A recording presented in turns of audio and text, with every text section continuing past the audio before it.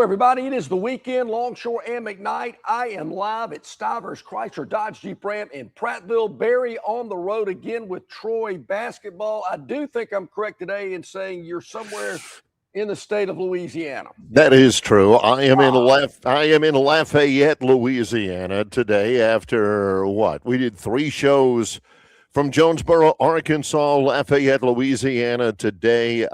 Troy plays Louisiana in basketball tomorrow at noon, and then back in my home studio next week. It's a long day of travel. We traveled from Jonesboro to Little Rock and stopped and picked up lunch, and then we stopped in Ruston, Louisiana and practiced, and then we had the TVs on in the bus for a little while before we got to the hotel. Yeah.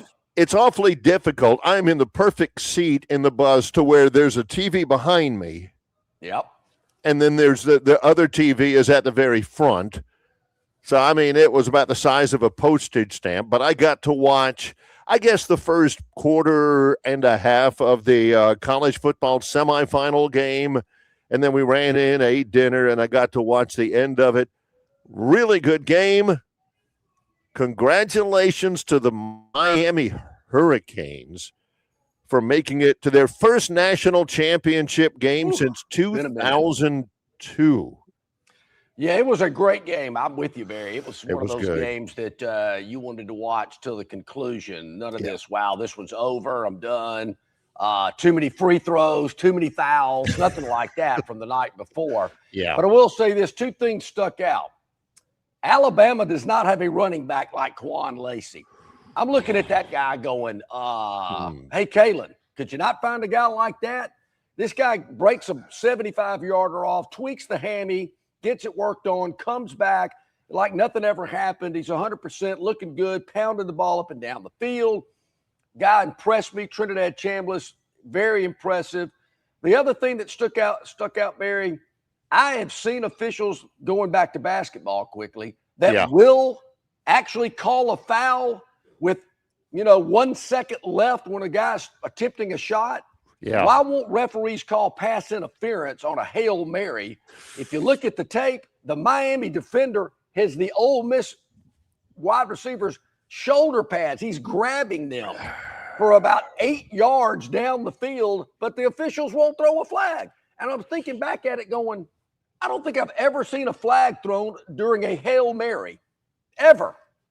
When there's so much going on in the end zone and the game's hanging in the balance and everything, the referee, the guy, if you look at the replay, the referee's right there, he is right there. He's in a crouch. He's looking and everything. He says, I don't see anything.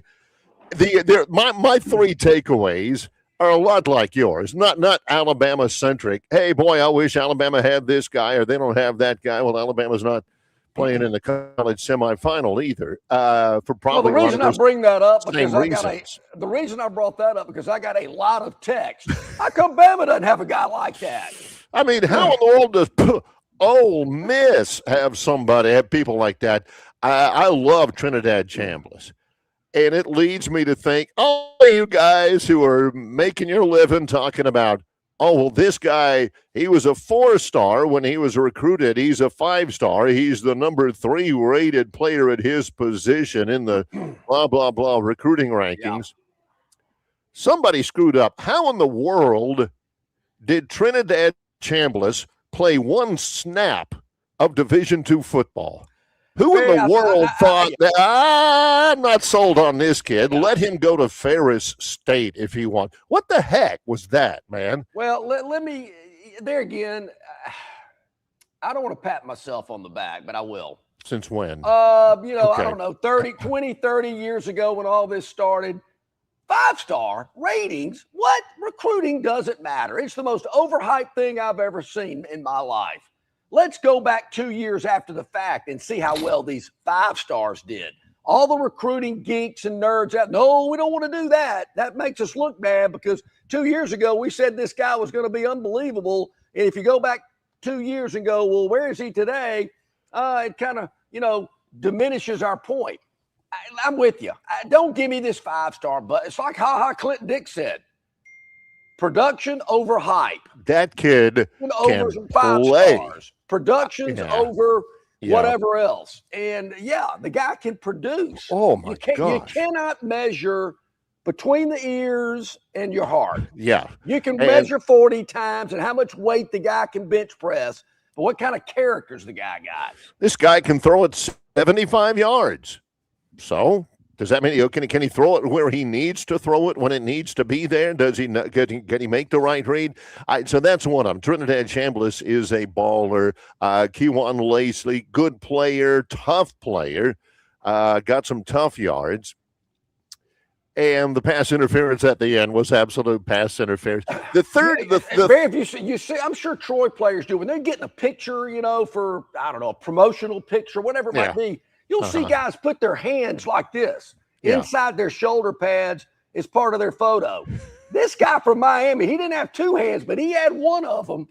And if you look at the clip, maybe Gurn Jr. can pull it up. I mean, this guy is tugging this guy for 7 yards down the field. And I'm just thinking, they ain't going to call that. And the referee's right there. The other thing, in terms of the SEC, I got a lot of comments about Miami, is the biggest waste of time. I've always thought replay, a bunch of crap. They don't run it well. The second biggest waste of time, why do they have referees in the booth? I think the guy was Matt Austin yesterday. Why do they have those guys? Yeah. They don't add anything. Afterwards, he was talking about something about continuous combat, or I forget what the phrase was. He says, well, we have what we call continuous combat where, if nobody gains an advantage. Well, the guy gained an advantage over I'm thinking, number one, the referee ain't going to call it. I mean, he isn't. Like John said, when's the last time you saw a Hail Mary where they throw a flag in the end zone and say, pass interference, we'll have one untimed down at the end? They ain't doing that. And then they say, well, Matt Austin, what did you see? Matt Austin ain't going to say, oh, that guy screwed up big. Oh, my gosh. Why in the blazes did he not call him? He ain't going to do – well, they have – I see it as a no call. If it was 2:34 left in the second quarter, he'd be saying big as day, oh, you got to throw the flag on that one. Yeah. And Fowler kind of disagreed with him a little bit. They kind of had a little back and forth until Fowler backed down on him. And I thought, hey, Chris, you go for it. I hear you, buddy. It was a play earlier in the game.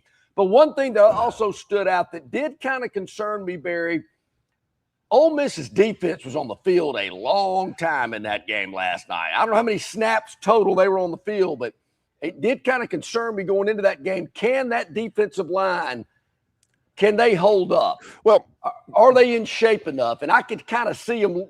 They were kind of leaking oil there toward the latter part of the game. There's no doubt about it. Another thing that if John ever wants to pat himself on the back about, he does. He is not a stats guy. No. What is it John always says? Time of possession. I know he always turnovers, talks about that. Time of possession. Yeah, third down conversions, those kind of things. I don't want to know about how many yards this guy rushed for. It doesn't matter. Well, to John's point, Ole Miss's defense was on the field for 88 snaps. Ooh. 88. That was the same number of free throws the night before, wasn't it? 88 to 60. They ran 28 more plays than Ole Miss did. And you say, well, what difference does it make if, they score or they don't score? It's what John's talking about. It's what Coach Blakeney always used to call the residual effect of contact. You're on the field 88 plays. You've got to stop them on that last drive where Beck scores on the keeper. I'm telling you that makes a difference. You may not think about it, you may not look at it, you may not consider it, but what John's talking about is true. At the end of the game, they were wagging, man. They were and here's the drives. And again, the other point is that the pass interference non-call at the end did not cost Ole Miss the game. Who knows if they would have scored on an untimed down. What cost Ole Miss the game, and I firmly believe this, and John spoke on it, Miami 13-play drive, for a field goal, 15-play touchdown drive, 14-play field goal drive, 15-play 75-yard drive in crunch time, at the very end. Ole Miss could not get them off the field. Could not. I mean, they're moving the sticks, converting third downs, and that defense was wearing out. There's no doubt. But I will say this, Barry, without Trinidad Chambliss, Ole Miss isn't even in that game. I mean, this guy is phenomenal. They got to him early. They figured it out. They got something going, some quick hit routes, things of that nature, loosen that defense up a little bit. But he's a player. And Kewan Lacey, there again, tough, got hurt, came back. I guess it's just how people are wired in this part of the country. You know them. That's the first thing they're going to think of. Wait a minute. Why don't we have a back like that? Something's wrong here. And I got to admit, I kind of thought the same thing. What the heck's going on? Well, let me tell you what's going on here at Stivers Chrysler Dodge Jeep Ram in Prattville, Barry. It's 2026. Everybody's ready to go here. And the savings are absolutely incredible. Like new 2025 Ram 1500, the Laramie package, up to $19,000 off plus 3.9% for 72 months. You can also get a new Ram 2025 1500 at 0% for 72 months. And the 2026 are here. 2026 Rams are here as well. Bighorn and Laramie, 0% for 60 months. Let's check out some of that great lineup from the Jeep lineup. 26 Jeep Compass as low as $23,799. That's up to $10,000 off MSRP. New 2025 Grand Cherokees as low as $26,995. That's up to $15,000 off MSRP.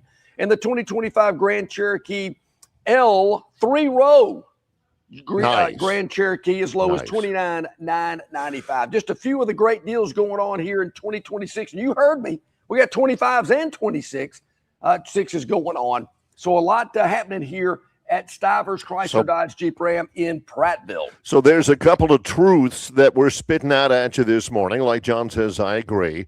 The stats that matter, how many plays you run in, the more plays you run, the more chances you've got to score, right? How many plays you run in time of possession, even if you don't score, you know, you're wearing them down a little bit. Can you run the football? Can you convert on third downs? How many turnovers you got? And also, my only thing to add is, John just mentioned it, nothing in the car business beats 0% financing. Nothing. Yeah, 0%. You don't have to pay them for the money that you that they're lending you. They just lend it to you. You have to pay it back, but you don't have to pay for the right to use it. I mean, 0% does not get beat in this business. Stivers Chrysler Dodge Jeep Ram, Cobbs Ford Road in Prattville. Really, really good game last night. Carson Beck scores the keeper with about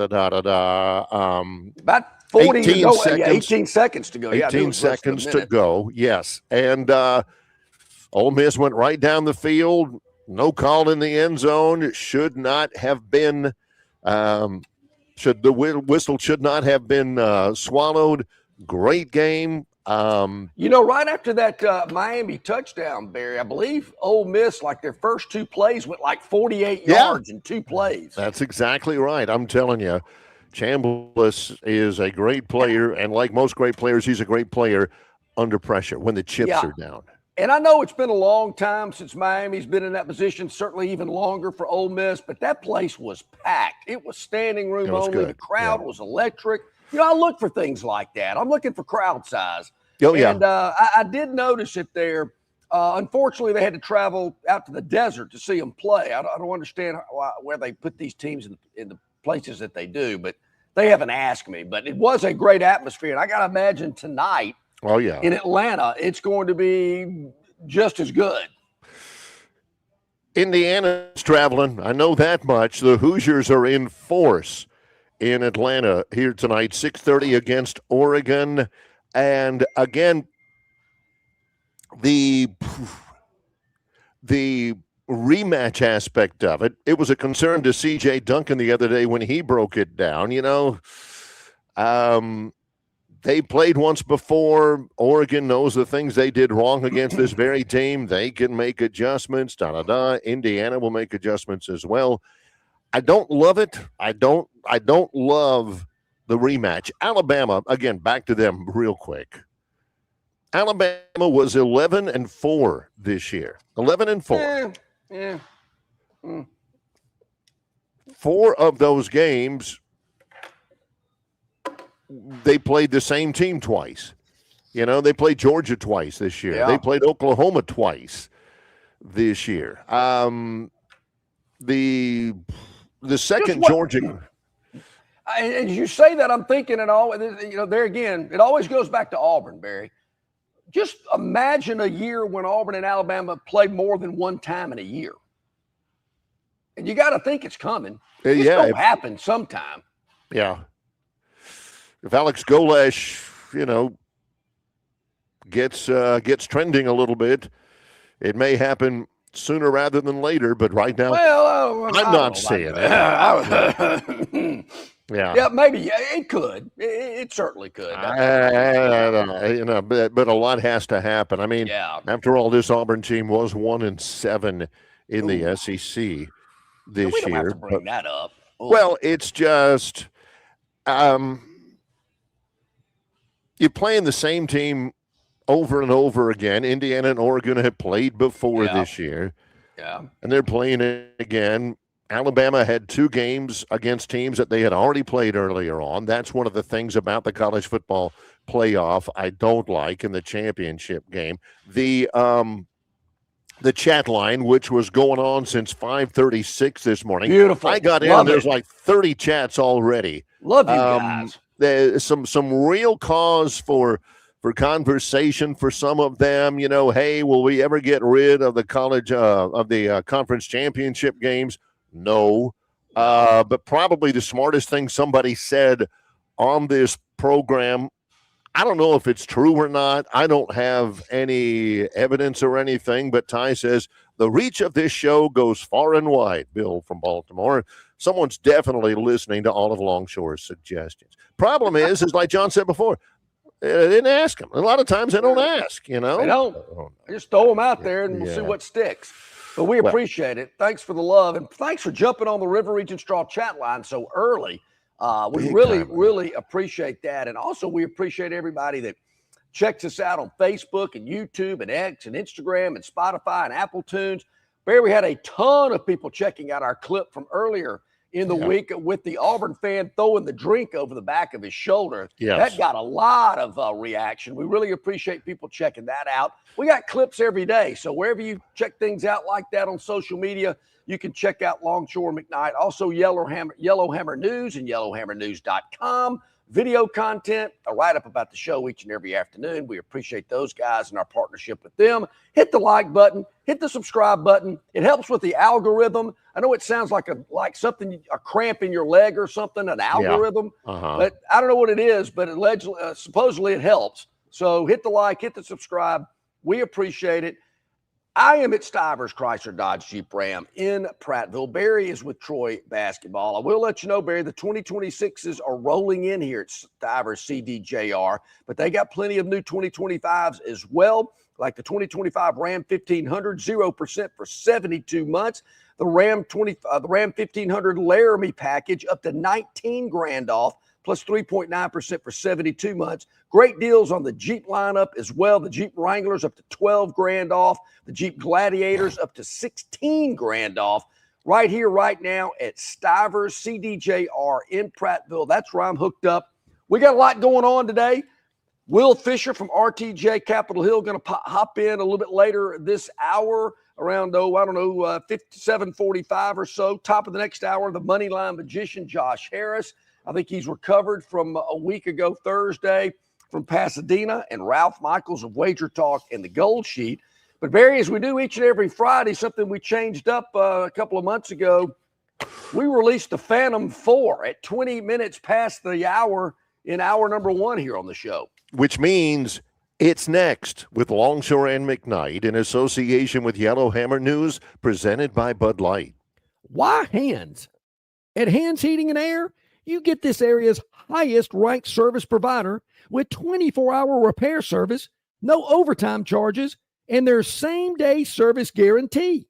Plus, instead of other companies' 30-day repair warranty, Hands gives you a 3-year repair warranty. Hands Heating and Air is here for you 24/7, 365. And service is not just something they do, it's their way of operating. for you in mind. All of Hands employees are trained to adhere to this standard. They work hard to ensure that this standard is maintained, and they are constantly looking for new ways to better serve you. Call Hands Heating and Air today at 508-5382. That's 508-5382, or find them on the web at 834hands.com. It doesn't matter if you're running drills at the park, playing pickup on a Saturday, or sinking the final putt. When you compete with your friends with Michelob Ultra on the line, competition isn't that friendly. The trash talk, next level. And the stakes, oh, those are crystal clear.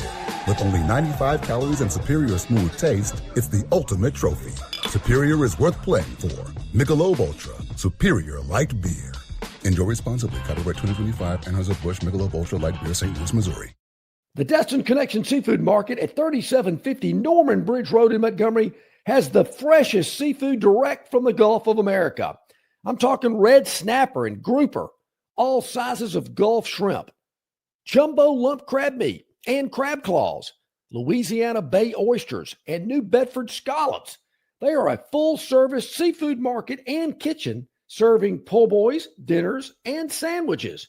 You know, many well-known restaurants in the river region purchase their seafood from the Destin Connection because they know it's the absolute best. Call ahead and your order will be ready for pickup.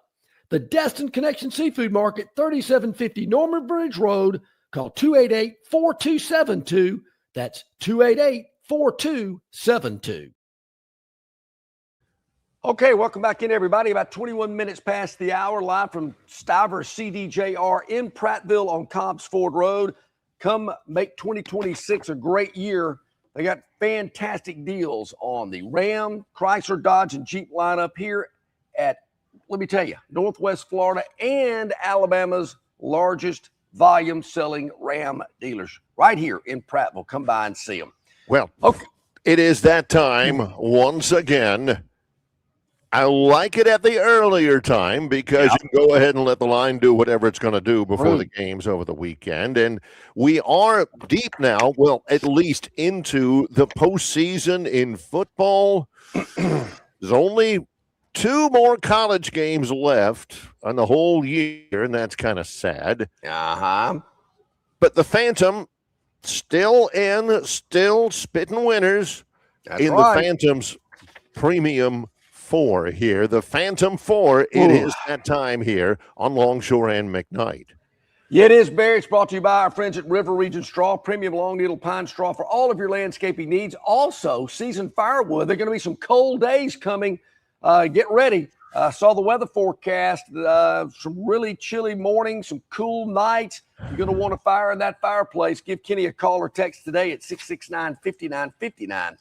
River Region Straw. They can deliver. You can pick up whatever is easier for you. Yep. Nothing's too big. No job too small. Make sure you give them a call. 669-5959. Locations in Prattville, where John is right now, in Montgomery, over off Chantilly in East Montgomery, and a location in Auburn as well. That's right. That's exactly right.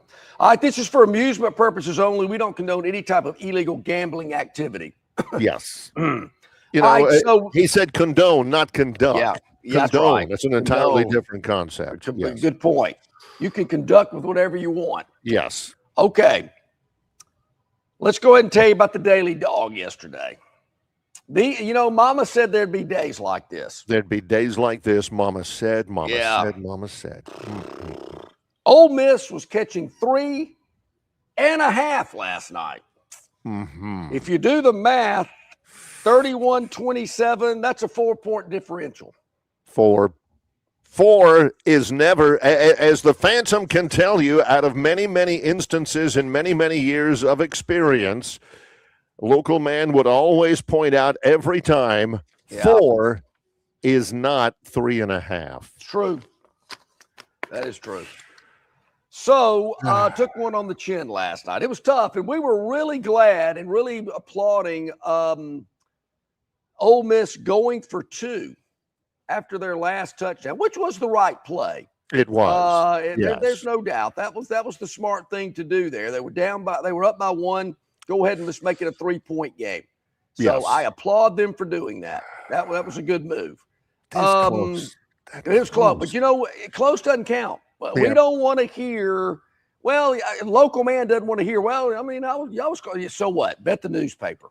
He'll look at you with those dead eyes, without an ounce of sympathy, and not a shred of sympathy. A shred's a good way to put it. That's exactly right. All right, so Barry, we've got. The dog is going to be a part of the Phantom Four, and I'm going to tell you. I'm going to tell you who the dog is as we go through the Phantom Four. But we got 4 games. And the interesting thing about it is we've got a mixture of college and NFL. Excellent, excellent. Okay. So, and this is a card, Barry, that I believe Robbie from Greenville would like, because he likes a mixture of the NFL and colleges. Yes, he does. And Robbie, since there are a large number of wild card games, I will throw in a couple of TV opinions as well. Something else I know you like. Okay, yeah, sure. Okay. All right. We're trying to keep the fans happy, as they say. So without further ado, a couple of paper taps. Let's get into it.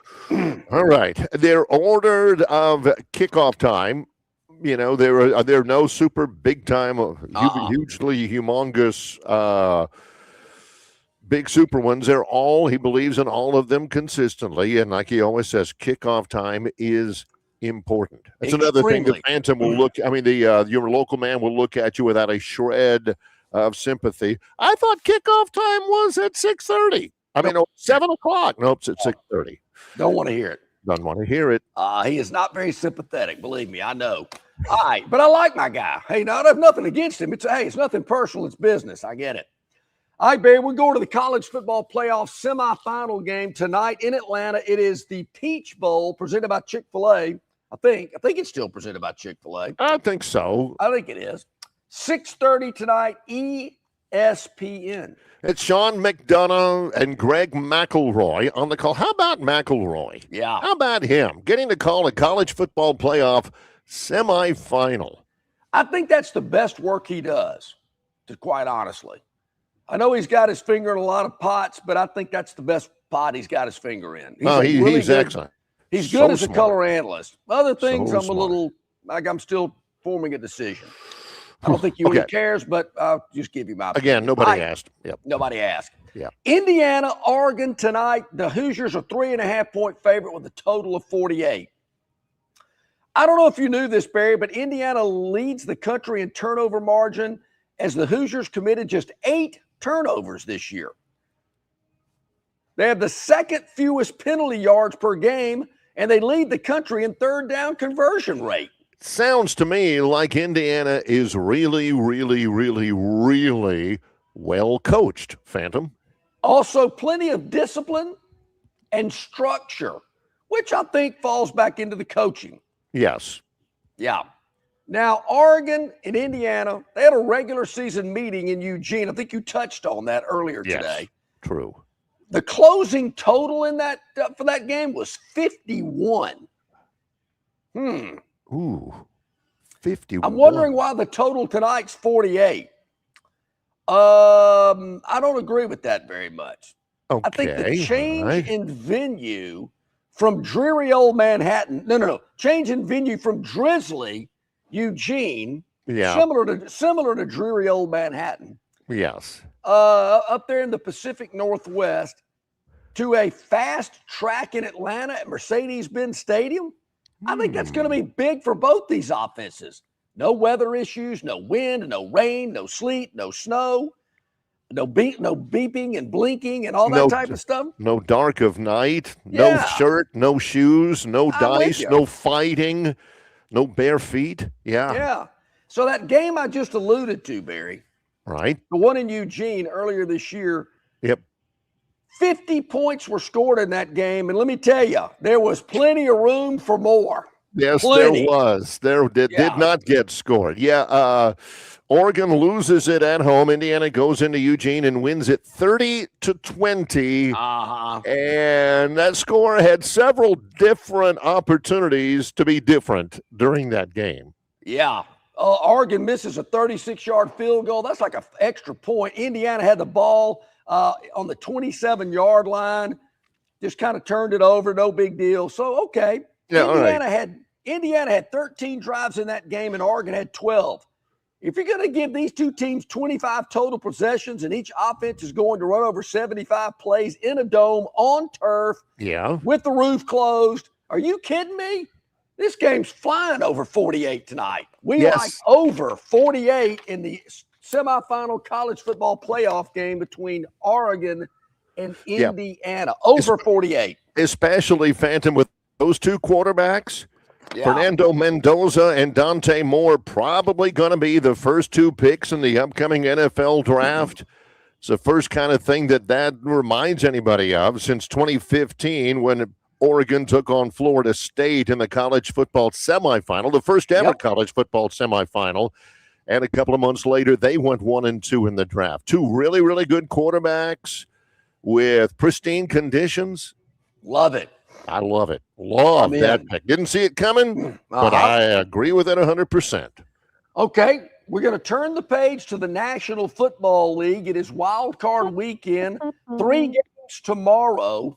Robbie, I'll give you a quick TV opinion because I'm going to talk about the night game. LA at Carolina, these two teams played about a little over a month ago. LA is laying 10 in that game. They're laying 10.5 tomorrow. The only thing that concerns me here, Barry, is the Panthers with an by the way. Late score to maybe get it under the 10.5. I think Carolina's wide receivers can beat the Ram DBs. Agreed. I think that's going to be a big key there. I'm just concerned about a late backdoor cover.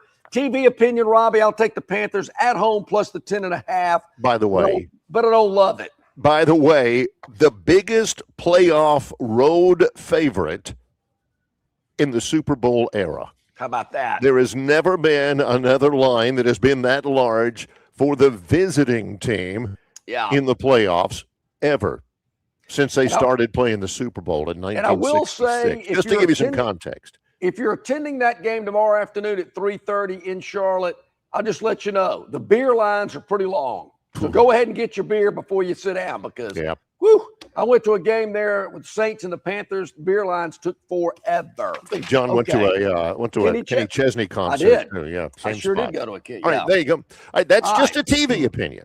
That's a TV opinion. Here's a premium. Tomorrow night, 7 o'clock. On Prime Video. What's up with that? I don't know. NFL playoff game? I mean, don't know. To me, it's the best NFL first-round playoff game, and it's on Prime? I don't get it. Okay, all right. I don't get it. So how much clicking I got to do to get to that, I wonder. Anyway. It's an outrage. Here we go. Now, we just talked about this vaguely just a moment ago. Seeing a team 3 times in a season is rare. Seeing a team 3 times in a month is very rare. How about that? It's be the third time these teams have seen each other in a month. Yeah, you're right. I got friends of mine, Barry. I don't want to see 3 times in a month. Yes. Are you kidding me? Yes. All right. The Packers are dealing with injuries along their offensive line and their tight ends. Really, they've been dealing with it all year. Been some issues there. Right. Chicago, listen to these numbers. My crack research team, these folks are great. The Bears' rushing attack, Barry, is number 5 in EPA. I thought that was like the Environmental Protection Agency. What is that, miles per gallon? and EPA. I don't even know what that is. I can't even what a guess that is. Chicago's rushing attack, number 5 in EPA per rush attempt, while Green Bay's at 20th. There are only 32 teams. The Bears are number 2 in rushing success rate. How about that stat? Rushing success rate. Mm-hmm. While the Packers are 15th. And check the weather again, Barry, but we're hearing the conditions could be a little difficult there in the Windy City of Chicago for both teams to pass the ball. Not going to be a lot of aerial attack tomorrow, and it turns into a battle of running backs. I'm taking the Bears all day. Home team getting points. weather problems, rushing attack. They lead every important stat. The Bears, give me Chicago plus the 1.5 to win the game outright. All right. We like the Bears tomorrow night. Really like it. Okay, there we go. One in. All right, 2 more to go. We got a college in, we got a pro in, we got 2 more college NFL games. Barry, these games both will be played on Sunday. 3 games, a trio of games. I'll go ahead and give you the TV opinion, Robbie, on San Francisco and Philadelphia. In Philly, Sunday, 3:30 on Fox. The last 3 Super Bowls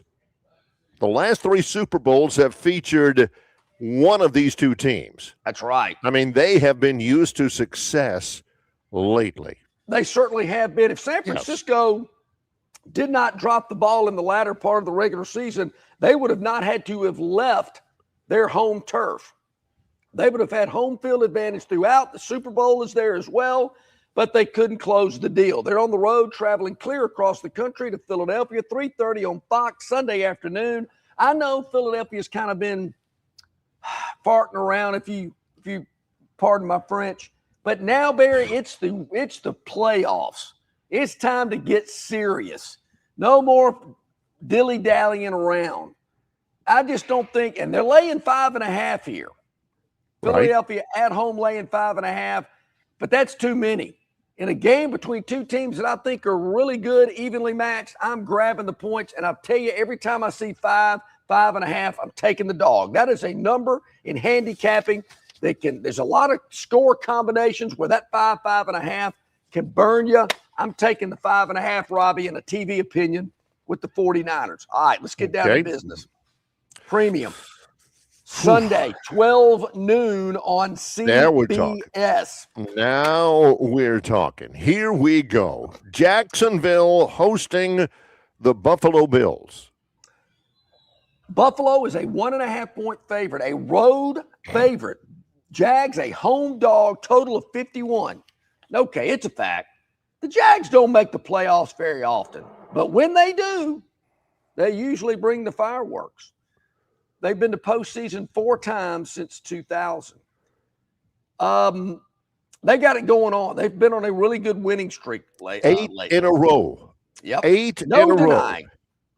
No, now I will say this. Don't take this the wrong way. Just hear me out.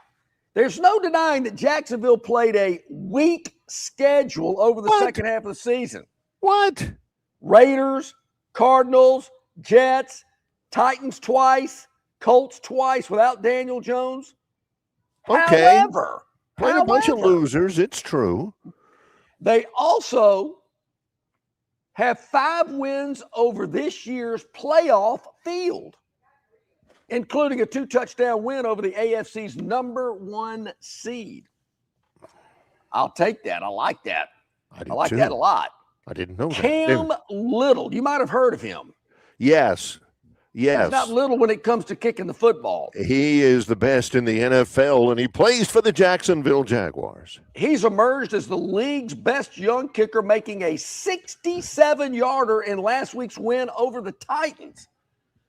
Buffalo could potentially be down to their 3rd-string kicker after Matt Parker re-aggravated his quad injury. Ooh. And, of course, Tyler Bass was placed on IR earlier this season. Okay. At home, best field goal kicker in a game where 3 points means a lot. We're taking the Jags catching points, 1.5 against Buffalo. Sorry, Josh Allen, you're going home as a loser. Take Jacksonville plus the 1.5. My favorite stat, my favorite angle from that game, Josh Allen has never, ever won a road playoff game. He is 0-4 on the road in the playoffs. How about that? Saying. There we go. That's a good stat, Barry. I don't know how my crack research team did not give me that in my notes. I don't know, but I like what you're saying about that one. I like it. It makes a lot of sense. You got enough info to make a move on that one. Okay. But I like that. Never won a road playoff game. That's interesting. Okay. Yep. Barry, our last game. Now, this might not be our last NFL wildcard playoff game. There is one Monday, so we'll probably address that on Monday's program. Could be a daily dog, could be a premium, who knows? Okay. But we do have a premium Sunday night on NBC. I thought that would be the absolute one that you would touch upon. Uh-oh, there goes the banner. I thought that would be the one that you would touch upon. What the heck? It's in Foxborough. Yes. Sunday night, 7 o'clock, NBC. True. Yes. Here we go. Here's the deal. We've got the LA Chargers, New England hosting the LA Chargers. New England a 3.5-point favorite with a total of 46.5. Sunday night, NBC. This is the Patriots' first home playoff game in 6 years. Yep, said that was Tom Brady's final year in New England was the last year that they have hosted a playoff game. I mean, they went like 26 years having playoff games, it felt like. Twice a year, 3 times. Yeah. Unbelievable. Yeah. Now, the Chargers quarterback, Justin Herbert, searching for his first playoff win after getting knocked out of the wild card round in his first 2 appearances. He's another quarterback needs to get a win on the road. Yes, he does. The under was 7-1 across the Chargers' last 8 games. 7-1 under. How about that? Like it. Jim Harbaugh, he is the coach of the Chargers, if you weren't aware of that. He is the only Harbaugh brother coaching in the NFL. That's true. That is true. Harbaugh, his defense does not allow explosive plays and forces the opposing offense to dink and dunk. I'm not opposed to dinking and dunking if it moves the chains. Yes. But there again, dinking and dunking also makes the clock run. I know how to dunk, but I never have been a big dinking fan. I never have really seen the value in too much dinking. I'm with you. I'm anti-dinking. What's the difference between dinking and dunking? I don't know. But if you do both of them, then that's really the only chance you have against the Chargers defense. Dinking and dunking. That's right. The Chargers defense, Barry, also allowed the second fewest plays of 20-plus yards this season. See, that's a good stat. Don't let your research staff take too much crud over not getting the Josh Allen playoff thing. That's a good stat. That applies to this game big time, I think. They also recorded the 3rd most interceptions in the league.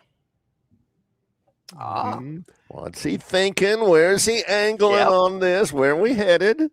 These teams have met in each of the last 2 seasons, and the Patriots have scored a total of 7 points in those 2 games. Woo! Yeah. Wow. Yeah. How about that? Under 46.5. This game stays under the total. Weather conditions could play a factor here as well. So there you have it. Here are the Phantom 4 for this weekend. We like over 48 in tonight's college football playoff semifinal game. Oregon, Indiana over 48. Okay. NFL, Saturday. We like the Bears plus 1.5 at home hosting the Packers. We like Jacksonville plus 1.5 at home hosting the Bills. And we like under 46.5 in the Charger Patriot game on Sunday. There you have it. Our daily dog, Barry, as I mentioned, will be the Jags. That's okay. We like the Jags as our daily dog, so that'll be our daily dog for today as well.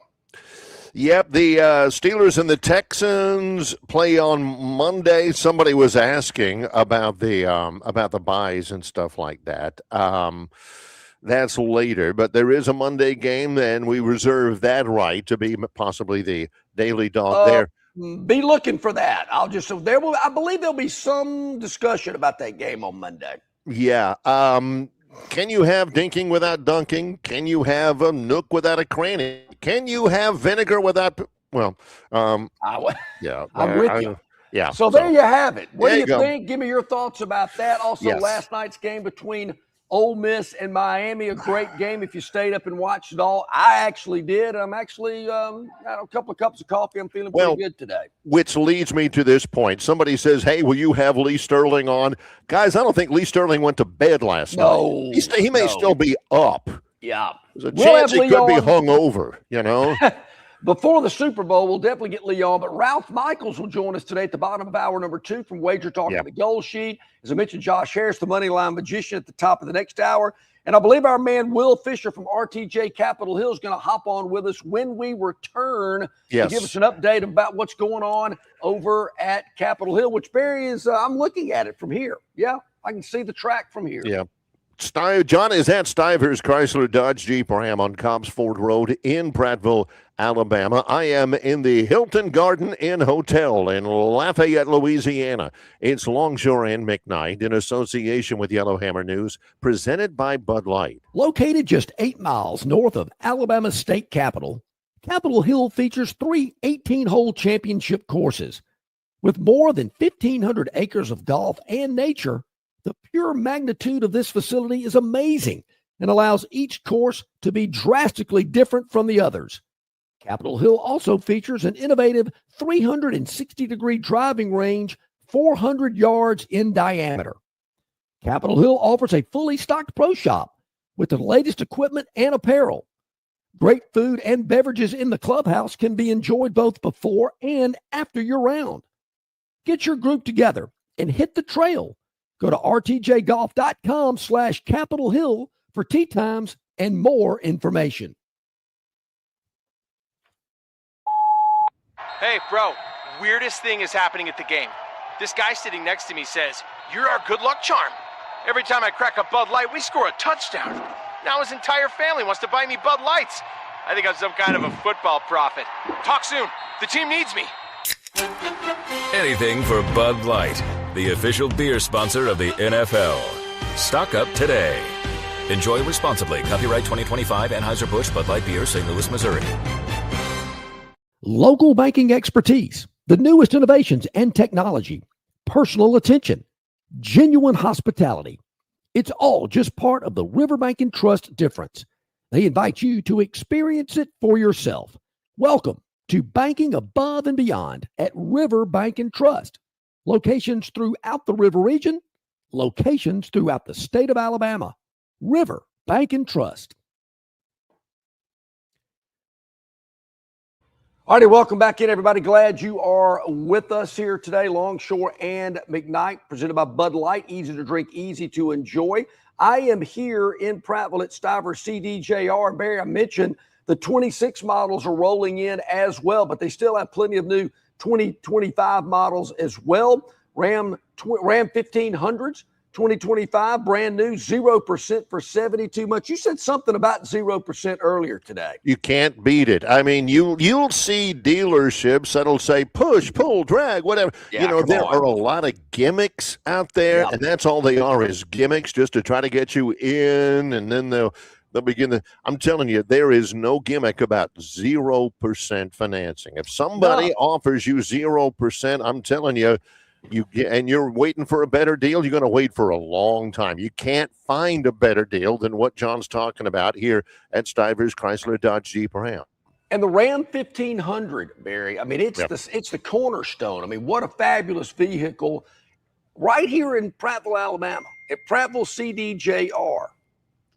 They are the largest volume Ram dealer in Northwest Florida and in Alabama. That's from like Panama City to Pensacola to Huntsville. I mean, think about all the dealers in those areas. There's a lot. The largest volume Ram dealer is right here in Prattville. And the awards that they've won over the last year have been incredible. We're going to share those with you over the next weeks or so to tell you about all the incredible awards that they've won here as a CDJR dealership. And you know the reason that they've done that, Barry, is because of satisfied customers. Yep. People know the type of deals they're going to get here, the type of service they're going to get, their knowledgeable sales associates, and of course, the selection. It's not just one or two that's trying to move off the lot. Their inventory is incredibly large. In the front, on the sides, in the rear of the dealership, they've got the vehicle you want right here, right now. And of course, good news spreads fast, and people realize, hey, you got to go see my friends in Prattville CDJR. And people come again and again because of the incredible positive buying experience they have here at Stivers in Prattville. Did you notice yesterday when we talked with Jason Caldwell from AuburnUndercover.com, and near the end of our visit, John asked him who he likes in last night's game. And, of course, Miami wins it 31-27. We've talked a good bit about that already. But he said, and I hadn't thought about it, he said, I think the national championship game comes out of Friday. I mean, the national championship winner. The team that wins the title, that hoists the trophy, will come out of Friday's game. That's Oregon and Indiana tonight. Do you believe that? I do. Miami, they are a really good football team. I loved Mario Cristobal whenever they scored that keeper with 18 seconds to go to take the lead, and one of the assistant coaches comes and jumps on his back and gives him a bear hug. Mario did not care for that. Is that guy still employed today? Did not like it. Woo! Mario says something along the lines of cut the crud or stop that or something like that. I mean, he was firing lightning from his eyes in that. I don't think that they are as good as Indiana is. Remember, there were some Miami had to go through some adversity. They had some late injuries on defense. They had a guy get struck off for targeting. I can't remember if it's in the if it was in the second half, whether that guy's got to miss the first half of the national championship game. I have unreservedly said I am rooting for the Hoosiers. You know, my sister, my brother-in-law, they both are professors at IU. We spent, my wife Dee and I, really my whole family, had a family reunion this summer in Bloomington. Great place. Unreservedly Indiana fans in this one tonight. I would. It's kind of hard not to. It's kind of hard not to root for them. Underdog. They've been down for so long. It's an incredible story about how they built this program. A lot of programs around the country are going, well, why can't we do that? That's the value. That's the value of everybody's. If they win it all, then that's going to be a big talking point. Well, Indiana did it. Why can't we do it? So, plus, I don't really like Oregon's uniforms. Something about the uniforms have always bugged me. Was it the last game they played that they went like retro, like the old yellow and green ones? No, that was 2 ago. They got those wing things that they come down the side and, all the neon green and the neon yellow. Give me the old Chris Miller, Ahmad Rashad, back when he was Bobby Moore at Indiana. Those uniforms with the very, very yellow helmets with the UO on the side and just the regular green, that's the classic look. That was former Atlanta Falcon quarterback Chris Chandler, who Jim Rome called Chris Chandelier. Yeah, because he always got hurt. Except Chris Chandler didn't flip the interview table over on Romy on his show like Jim Everett did when he kept calling him Chris Everett. Anyway, so the factor, and it's a good factor, Tobias brings this up. The Natty is in Miami. The question is, will their fans show up to the game? Here's the thing, Tobias, and this. They ain't going to have many tickets. The national championship game, I would love to know how many tickets are reserved for sale to the home team. It ain't going to be many. But I will say this, Barry, there were a lot of Miami, and Ole Miss fans at the game last night. I was amazed at the color they were representing, had their gear on. A lot of folks flying out there. So good for them. I was glad to see that there was a big crowd of supporters for the two schools that were actually participating in the game. But you're right. Yeah. The game in Miami might be more like a Super Bowl environment. I don't know. I've been to a lot of national championship games. I've never had a hard time getting a ticket. They're maybe expensive, but I think you can get one. I see our man Will Fisher is in the green room. Maybe he was. Now he's going to reconnect with us to get a little update on what's going on with the trail. We talked to Brian Reynolds yesterday about the trail card, the 2026 trail card that is out, and you need to take advantage of that. We'll get Will to tell us more about what's going on at Capitol Hill. A little work going on over there as well that he can update us on when he hops on with us today as well. Also, not to change gears, because I know we're going to get into this a lot deeper in the second hour. Is it too early to say tomorrow's game at Neville Arena is a must-win for Auburn? Must win for what? I mean, on their way to a national championship, I don't think so. Momentum, win an SEC championship, I don't think so. Make the NCAA tournament, yeah, they probably need to win that one. Yeah. Just to win a game. They take on Arkansas. It's an ESPN doubleheader tomorrow. So you might have to, what is it called? Screen in screen or double screen or something like that, because you'll have Auburn and Arkansas on ESPN at 5 from Neville Arena. Auburn, by the way, 9-6 right now. And then right after that, Texas and Alabama from Tuscaloosa is the second game of that ESPN doubleheader. Here's the hint. Auburn starts at 5. Yep. Alabama starts at 7. Yep. There is no way you'll be able to watch the second, the tip-off of the second game. 2 hours difference in tip-off times, that ain't happening. No. So you might as well make sure you know where ESPN News is or ESPN Deportes, because that's where they're going to put it till the Auburn game's over, which that drives me crazy. I'm getting a little bit more on top of that, though, Barry, because I'm realizing I better know where these channels are, because that's where it's going to be for the opening tip. But, yeah, no way. They've got to pad that a little bit more. There's not enough room. I mean, there again in the offseason, I'll get our crack research department to let us know how many games actually on TV are completed under 2 hours. I can't believe there's None. Stand by. More to come. I will say this. I will be in Tuscaloosa tomorrow. Let me get my children straight. Number 3 child's birthday is tomorrow. So awesome. The wife and I are traveling up for a little birthday lunch and all that kind of stuff. Could I be enticed to stick around for the game for a 7:00 tip? Yeah. I mean, it's not a commitment. If anybody wants to lob him a ticket or whatever, it's not a commitment, but he'll listen. Lob me a ticket. I need 2 on the floor. With parking.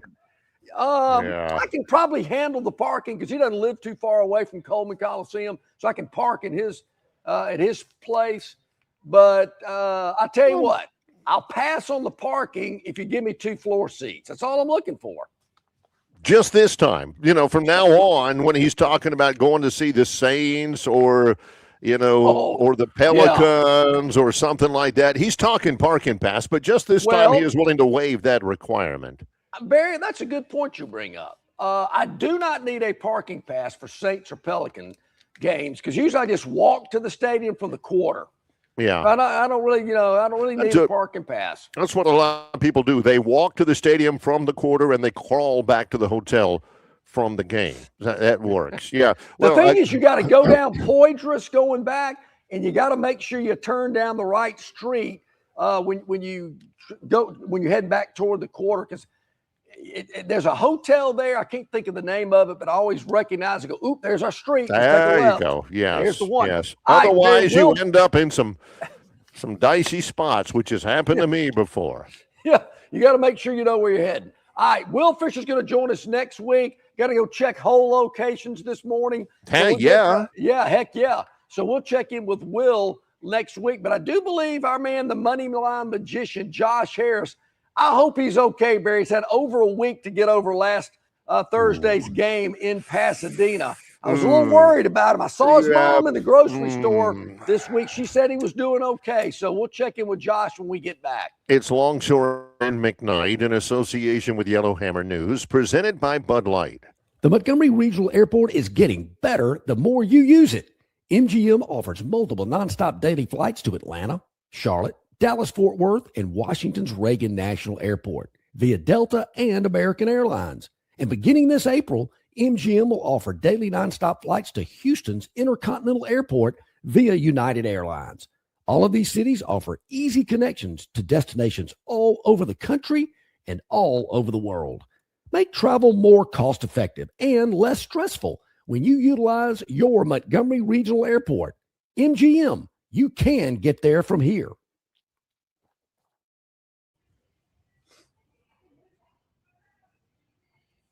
Known by avid golfers as one of the most beautiful and challenging stops on the Robert Trent Jones Golf Trail, Cambrian Ridge in Greenville lies just 40 miles from Montgomery. It is well worth the ride for any golfer looking for 27 holes of jaw-dropping golf. The greens have been redesigned to accommodate the higher green speeds associated with their installation of the latest generation of ultra-dwarf Bermuda grass. Cambrian Ridge offers a fully stocked pro shop with all the latest equipment and apparel. Great food and beverages in the clubhouse can be enjoyed both before and after your round. Get your group together and hit the trail. Go to rtjgolf.com/Cambrian Ridge for tee times and more information. Okay, welcome back in, everybody. Live here, hour number 2, rolling in on this Friday. I'm live at Stivers Chrysler Dodge Jeep Ram in Prattville, Alabama, where Price sells cars. Barry, Dennis Mitchell wants to know where you are this morning. Yes, I am in Lafayette, Louisiana, after a lengthy trip south from Jonesboro, Arkansas. Basketball tomorrow at noon, Troy versus the Ragin' Cajuns. It is the second hour of our Friday live show, and as promised, that means a man whose name I heard quite a bit on my phone, let's say January 1st. Yeah. Our guy, Josh Harris, the Moneyline Magician, he'll join us here on the show. I see. Yeah. There he is. He's in the box. Mostly what I heard on New Year's Day was, hey, where's your boy Josh Harris, who said, quote, I mean, they're Indiana. That one kind of resonated with some of my friends, Josh. How we feeling? How we doing? They are Indiana. Yeah. They are Indiana. That was not a lie. I mean, they are Indiana. That was I don't know what we're talking about though. I hadn't seen any football recently. Didn't see a lot. You know, of Josh, it. I don't know what got to me more, just the half-ass effort, acted like they really didn't want to be there, thorough domination from an Indiana team, and then to add insult to injury, I found out 2 days later that 23.9 million people watched that fiasco from the Rose Bowl in Pasadena. So with all of those bad things that happened, what does Kalen DeBoer got to do to get this ship in the right direction? I don't know. I don't have an answer. I mean, the clear answer is run. You got to have not the worst run game in the country. I mean, that's all. That was all of our problems. I mean, that's the most mind-boggling thing that you just can't wrap your head around. Like, how can it be that bad? We have supposedly good players on the offensive line and in the backfield. It's like we don't have good running back recruits. Like, what? I don't know. I mean, I'm at a loss for words. It's really, what do you do? That's how you fix it.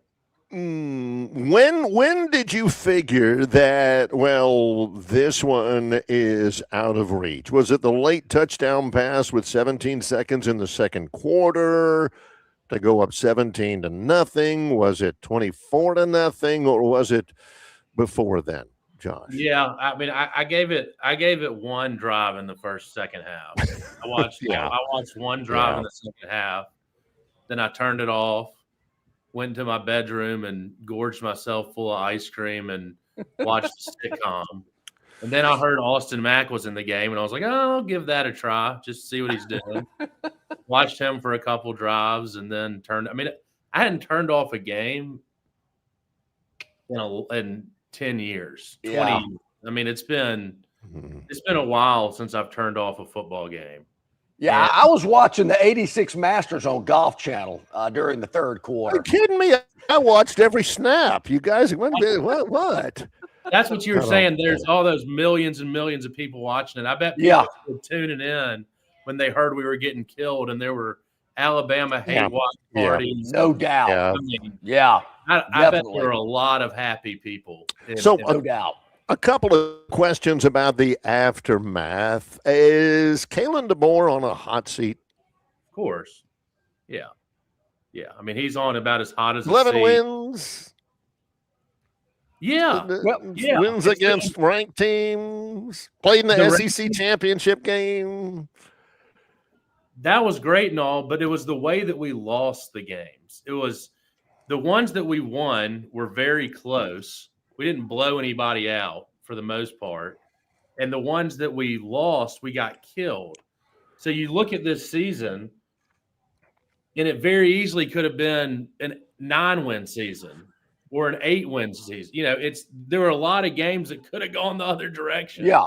Ones I that mean, we you got- lost, even close. I think you got 2 losses by 17, 1 by 21, 1 by 35 in the bowl game. You're up 17 against Auburn. You got to hang on for dear life. You beat Missouri by a field goal. South Carolina's got you beat. We could go on. And I'm with you. Is the question that Barry asked. Year 3 to me is extremely important for Kalen DeBoer. He can't not only can he not afford to have these type of blowout losses, but they've got to have more dominating wins as well. Can it be done in a year? Well, Clinton Dix says, hey, man, these guys can hit the portal because look at the film. And I get it. I mean, those are some harsh words. Some people say he shouldn't have said it, but the truth hurts sometimes. And they've got to reinvent this roster because I think they've got some guys on there, obviously, that just aren't at the level that we've seen in Tuscaloosa over the last prior 17 years. Yeah. I mean, and you got people joking after the game, after the loss. It's just the atmosphere is and the culture has just completely taken a 180. You know, I've tried to have DeBoer's back as much as I can and stay optimistic. It's just really hard at this point. I mean, it's embarrassing. I mean, it is. You walk in anywhere and anybody knows that you're an Alabama fan. They smile at you with this little eat shit grin and just, you know, it's just, what are you going to do? You just put your head down and you know, I hate to put salt into the wound, but I've used this line several times this week.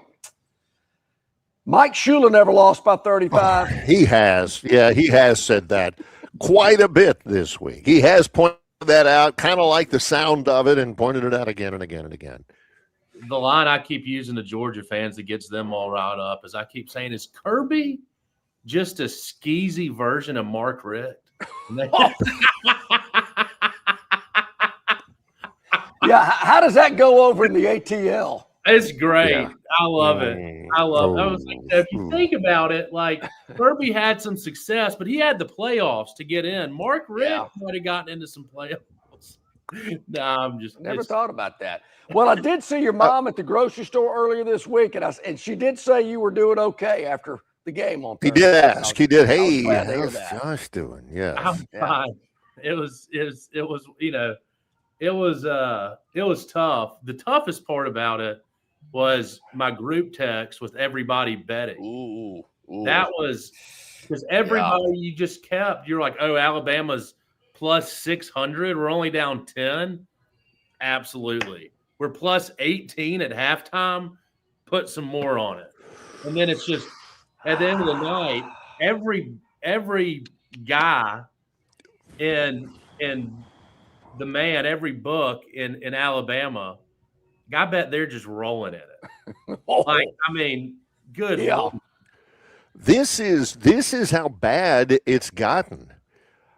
A guy who threw the second most touchdown passes in the SEC this year, who threw for 3,500 yards, has announced that he's not going to be back at quarterback next year. And John says, it was time for him to go. And no doubt. I'm thinking, what in the world did Ty Simpson have to do besides I don't know, give a spleen or something like that for the Bama fans to give him some respect. What do you think? I like Ty. I mean, I'm glad he's going to the draft and not to Tennessee or not to Oregon. I mean, it's not a fit, that's what he says he's doing, but you could do the old Carson Beck and change your mind. Yeah. Cam Ward, and he was such a thoroughbred Bama guy. Like he just loved Alabama. He loved being the quarterback. He waited his turn. He was so good. It's not good riddance to him. It's I hope you do well. Like, thanks for all you've done. I can't imagine sitting back there letting DNs tee off on me all year because they know it's going to be a pass. They don't even have to worry about stopping the run. They just blitz as much as they can, right? I mean, he had an incredible year for what he was going through and for having the worst run game in the country.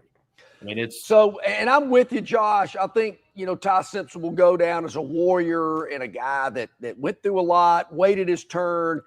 But I also think, and this is just me, I don't think Kalen DeBoer was begging and pleading for him to stay. I think Kalen DeBoer realized, I got to put a quarterback in there that I recruited. I got to put a quarterback in there that plays my style of football, similar to Michael Penix when he was at Washington. And either Austin Mack or Keelan Russell are going to be my guy. I'm going to live and die with them in year 3. Because if I go through another year like I did in year 2, I'm out of here. I'm gone. I think Kalen DeBoer is smart enough to realize I won't make it to year 4. Also, in saying that, do you anticipate Greg Byrne to give Kalen DeBoer any type of extension or bump in pay? Or is that just going to stay level until next year? An extension or bump in pay would be crazy. I mean, but,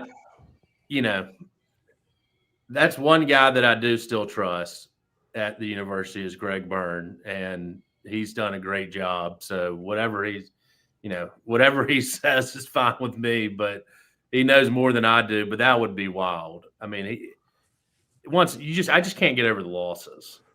Yeah. And also, who do you get? My wife was saying to me, she was like, why are we the only team in the playoffs that doesn't have a Nick Saban coach? She's like, I saw something, and I was like, I don't really have an answer for you, sweetheart. Like, I don't know. So it's tough. It's tough. It's the other question is, why didn't we groom somebody behind Saban? Well, everybody left. Everyone left that coached for him and went and got another job. So I wouldn't attention though. Watching the game last night in the Fiesta Bowl, Miami beats Ole Miss 31-27. They kept showing crowd shots. I didn't really have to look at who's wearing school colors. I'm looking who's wearing J. Crew, who's wearing Vineyard Vines, who's wearing Peter Millar, who's got LL Bean and all that kind of stuff.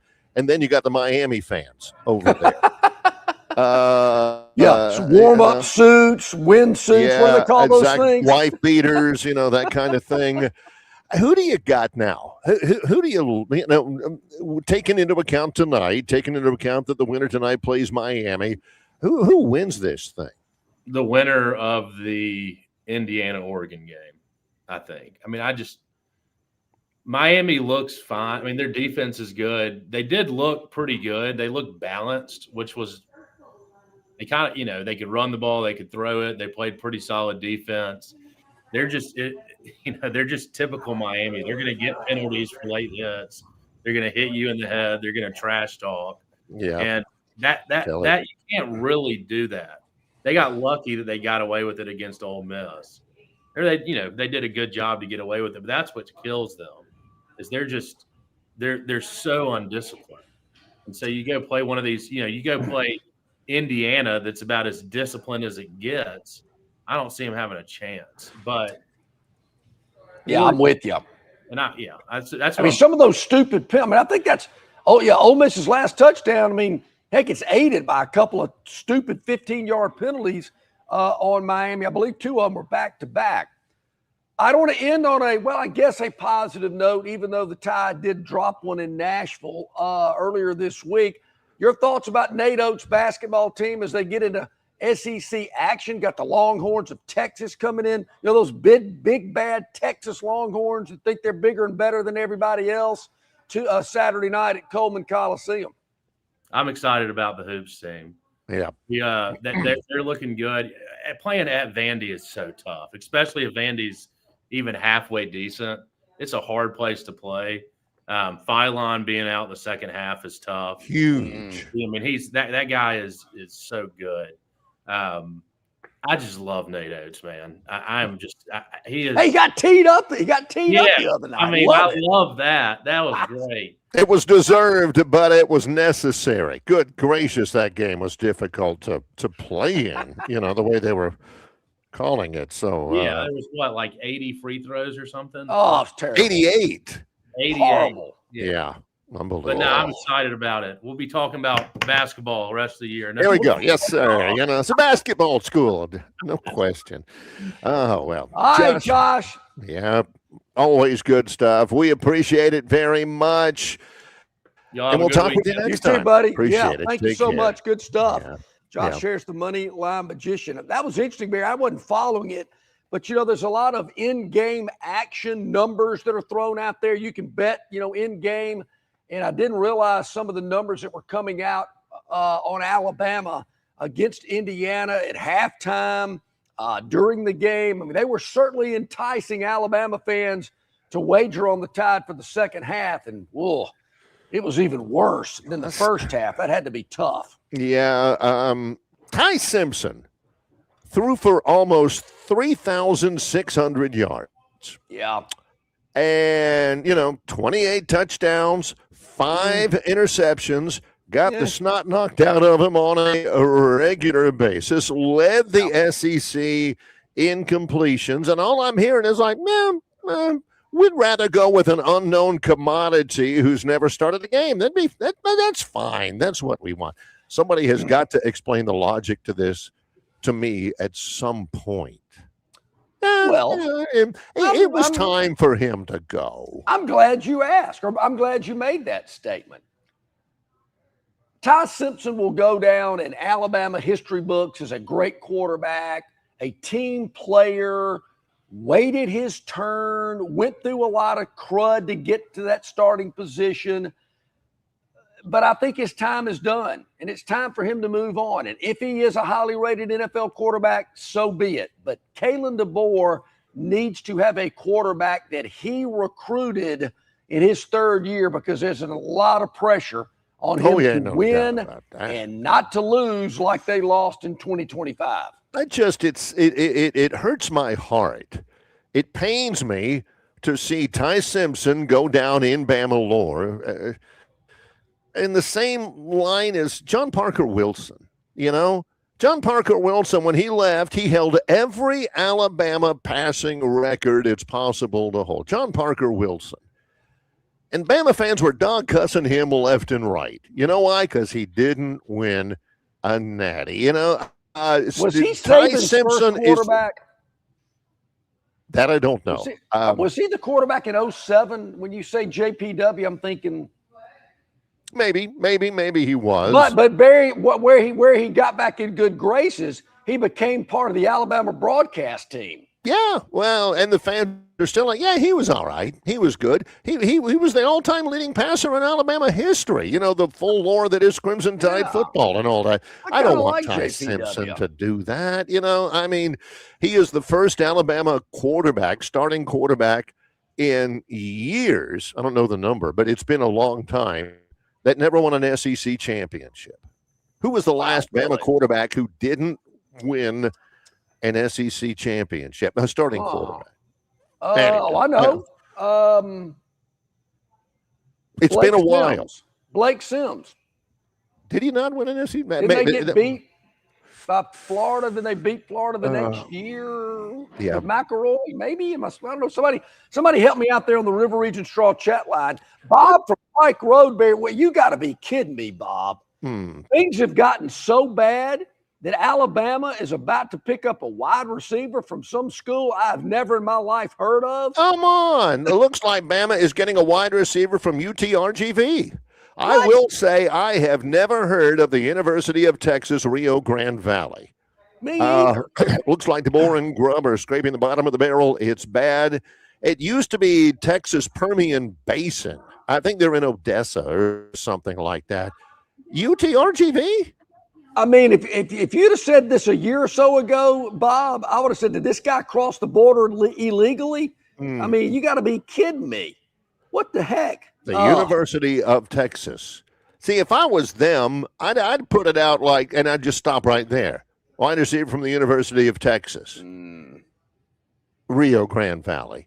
We got more to come. I don't want, look, as we go to break, I don't want to have this label of, well, Longshore's kicking Ty Simpson out on the curb. No, not at all.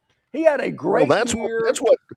That's what John Dent thinks I'm doing. He's and again, it's hard to read it with the emojis. Anyone buying the bull out of BM's pie hole about you don't like my facts?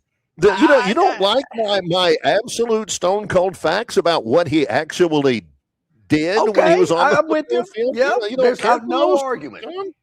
Not going to disagree with you. He had some incredible games, some great numbers. At one time, Barry, there were these draft gurus, Todd McShay's out there and Mel Kiper Jr. saying this guy's the best quarterback in the field. The guy's going to be a number one draft pick. I was scratching my head back then going, what? Huh? And, of course, it played out that it evened out. He had a tough November. But there again, he did some good things. But I just think it's time for him to move on. That's all I'm saying. Just think it's time for him to move on. Like the kid. I have nothing against him. He's got a lot of pluck and grit. There's probably some girls back in the high school days who heard this just about exact same thing from John. Look, you're a great girl. I mean, I really like you. You've got a lot of assets. You've got a lot of positives that I really enjoy about you. But I think, it's time to move on. That's what it sounds like. John's breaking up with Ty Simpson. It's tough. It's a business. It's not you, it's me. It's the real world. Just saying. Yeah. All right, when we come back, we're going to touch on SEC men's basketball, a full slate tomorrow. Going to touch on that. Our man Ralph Michaels from Wager Talk and the Gold Sheep, he's going to join us as well. So stick around. We got a lot more to do here on Longshore and McKnight. Yep, John is live at Phoenix Physical Therapy is ready to help patients recover, recharge, and rise. They develop a customized therapy plan for each patient to get them back to enjoying their favorite activities. Their experienced team is committed to providing exceptional care in a professional environment. Whether you're looking to prevent or treat an injury, recover from a recent illness, or recuperate from surgery, schedule an appointment with our clinic and take advantage of our physical therapy, athletic training, workers' comp, and employer solutions service. Experience elevated physical therapy today. Call Phoenix Physical Therapy at 239-9316. That's 239-9316. Hey, where's the beer guy? Bud Light here? You got a Bud Light? Bud Light? I'm here, Bud Light. Bud Light here? Bud Light here? Bud Light here? Bud Light where? Bud Light here? Oh, Bud Light there. I missed that because of you. You did not miss that play because of me. Tough to stop talking this way? Yeah. It's actually kind of fun. Hey, I got you, Bud Light. Oh, nice. Never mind. Anything for the clean, crisp taste of Bud Light. What'd I miss? I have no idea. Jim Massey's Cleaners and Laundry is an Alabama-based, family-owned and operated business that specializes in dry cleaning and laundry, serving the river region since 1941. There are 12 convenient locations across the river region. Find one close to you or call 481-1911 for free pickup and delivery. For 83 years, Central Alabama has trusted Jim Massey's Cleaners and Laundry. You should too. Okay, welcome back in, everybody. About 23 minutes past the hour. Tomorrow, Barry, we got a full slate of SEC action.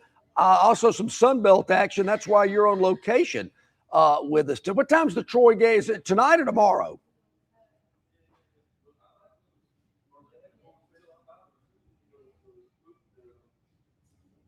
Well, I can hear him. I can see him, but I can't hear him. There we go. Yeah, It is a noontime start tomorrow. Okay. Yeah, we do play tomorrow, not today, but it is at noontime. I'll be on the air beginning at 11:30, and then we finally get home. It's been a long week. I did the Monday show from my home studio before we left. I've been on the road every day since. Yep. All right, so in the SEC tomorrow, it also starts, Central Time. It's an early start at 11 a.m. Tennessee is at Florida down in Gainesville. That's on ESPN. Then you got LSU and Vandy at noon. Yes. Well, bless you. Georgia and South Carolina at 1.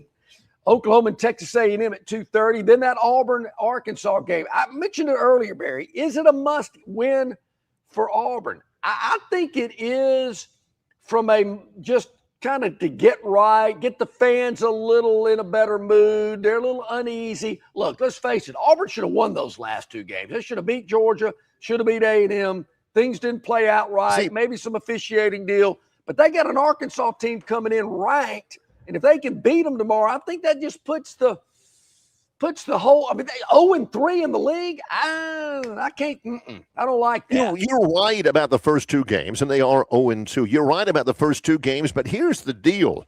Stephen Pearl knows that this is not the year, this is not the academic calendar year where he can tell everybody, hey, we're close. Hugh Freeze ruined that for him. It'll be years before Auburn fans will be able to hear somebody say, I'm telling you, we're close.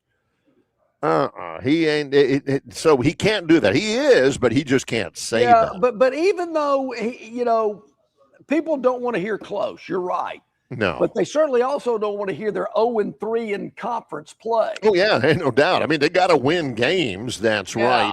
But look at who's 0-2 in the league. Auburn, Kentucky, LSU, Ole Miss, and Texas. You know what? Arkansas is 2-0 right now. Arkansas, all that. They're 12-3. Calipari is the winningest active defense Division I coach in the country. He's won 847 games for a reason.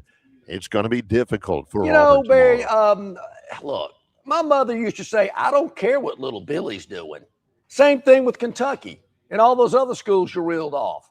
If I'm an Auburn fan, I'm thinking, I don't care if they're 0-2. Well, you didn't listen to her yourself. Why should they listen to it now, So I'm just thinking if they go 0-3, I guess the message boards, I know there'll be some apologists out there. He has the initials PM. But I just don't think it's a good look to go 0-3. Two of those losses at home, at Neville, allegedly a very difficult place to play. I think tomorrow is big for Stephen Pearl and big for Auburn. And then after that, you have to go to Missouri, and Missouri's 12-3. Not Speaking easy. of Missouri, they're at Ole Miss tomorrow. That's also a 5:00 tip, as is Auburn and Arkansas. Then the nightcap, Texas at Alabama. The game's in Tuscaloosa. ESPN has an SEC triple header tomorrow, by the way. Yeah, there's got to be something between 11 in the morning, the Tennessee-Florida game, and 5:00 in the afternoon, the Arkansas-Auburn game. But it's not SEC. Probably some ACC team or something. Then Mississippi State at Kentucky. Barry, did you ever think Kentucky would be bumped to the SEC network and Alabama is on ESPN, the mothership? Yeah, you heard Bart Heisch. Mississippi State is 2-0. They're on a 6-game winning streak. He likes Mississippi State up at Rupp on Saturday night. You talk about pressure. Mark Pope has pressure at Kentucky. No doubt. You better believe it. No question. There's your SEC schedule for tomorrow. For Alabama, 4 SEC players have been named to the Wooden Award midseason top 25 list. A guy from Arkansas, a guy from Tennessee, a guy from Florida, and LeBaron Philon. Anybody here? I've got so many questions about him. What's his status? Is he practicing? What in the heck is a full body cramp? Yeah, I mean, I need to know that too. Your full body, like your ears are cramping. Your eyelids are cramping. What is that? That's a great one. I'd like to I know. don't know. I would like to know what that is all about, because to me, that sounds pretty serious. A full body cramp. Man. Don't know. Sounds bad. All right. I'm here live at Stivers Chrysler Dodge Jeep Ram in Prattville, Alabama. It is Northwest Florida and Alabama's largest volume Ram dealership. A lot of awards coming into this dealership. Why? Because they have a lot of satisfied customers. A lot of people here in the river region and far beyond have purchased their vehicles at Stivers CDJR Chrysler Dodge Jeep Ram in Prattville, Alabama. Great selection, incredible sales associates, and a vehicle that you'll be proud to drive, one that will fit your budget. Come by and see our friends here at Stivers. When we return. Yes. Always look forward to this. Our visit from Ralph Michaels from Wager Talk and the Gold Sheet. We always feel smarter after we visit with Ralph. Well, not any smarter. We just feel that way. That's coming up in a moment. It's Longshore and McKnight in association with Yellowhammer News, presented by Bud Light. All guests of Longshore McKnight appear on the City of Montgomery guest hotline. Check out the most interesting and informed personalities in sports covering Auburn, Alabama, Troy, ASU, and all the major teams from across the country. John and Barry have the best guests brought to you by the City of Montgomery. To find out everything you need to know that is going on in the capital city, check out montgomeryal.gov. That's montgomeryal.gov, the capital of dreams. Known by avid golfers as one of the most beautiful and challenging stops on the Robert Trent Jones Golf Trail, Cambrian Ridge in Greenville lies just 40 miles from Montgomery. It is well worth the ride for any golfer looking for 27 holes of jaw-dropping golf. The greens have been redesigned to accommodate the higher green speeds associated with their installation of the latest generation of ultra-dwarf Bermuda grass. Cambrian Ridge offers a fully stocked pro shop with all the latest equipment and apparel. Great food and beverages in the clubhouse can be enjoyed both before and after your round. Get your group together and hit the trail. Go to rtjgolf.com/Cambrian Ridge for tee times and more information. All righty, welcome back in, everybody. Glad you're with us. About 29 minutes to the top of the hour, and joining us now, our friend Ralph Michaels, Wager Talk and the Gold Sheet. Hey, Ralph, hope you're doing well. Doing great, guys. I've got a couple things that I want to bring up. Okay. First, I just want to talk SEC basketball with you guys. Okay. You know, again, I don't follow these SECs as close as you do, but if you're an Auburn fan, let's not get carried away. They've played the fourth toughest schedule, and all but one loss was as an underdog or 5.5 points or more. So you're expected to lose those games. It just makes you stronger for the conference. So don't get too caught up in that. And the other thing I want to keep an eye on, I didn't hear you guys mention the Gators. They come in 10-5. They played a crazy schedule too. They are basically, as far as Ken Palm goes, the unluckiest team in college basketball the way they've played. Listen to these losses. Missouri 2 points, Vanderbilt 4 points, Duke 1 point, TCU 4 points, and Arizona 6 points. Biggest loss of the year was to Arizona in game 1 of the season. So 2 teams that I think have some value moving forward as we start the SEC schedule. And then my second comment. Yeah. This is, these may be fighting words from a northerner, but is SEC football dead? Three straight seasons without an SEC championship appearance. Big Ten, 4 teams in the last 3 years and maybe back-to-back championships. And then we add basketball in the mix. Big Ten has 4 teams in the Ken Palm top 12.